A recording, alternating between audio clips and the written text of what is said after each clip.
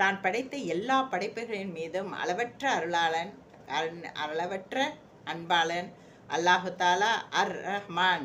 அர் ரஹீம் தனிப்பட்ட முறையில் ஈமான் கொண்ட இறை நம்பிக்கையுள்ளவர்களையும் தக்வா என்ற இறையச்சத்தால் அல்லாஹ் ரசூலின் சுன்னத்தை கடைப்பிடிப்பவர்களையும் எஹசான் என்ற உள்ள தூய்மையுடன் இருக்கும் முஸ்லிம்களுக்கு தனிப்பட்ட கருணையாளன், அளவற்ற அன்பாளன் அர் ரஹீம்.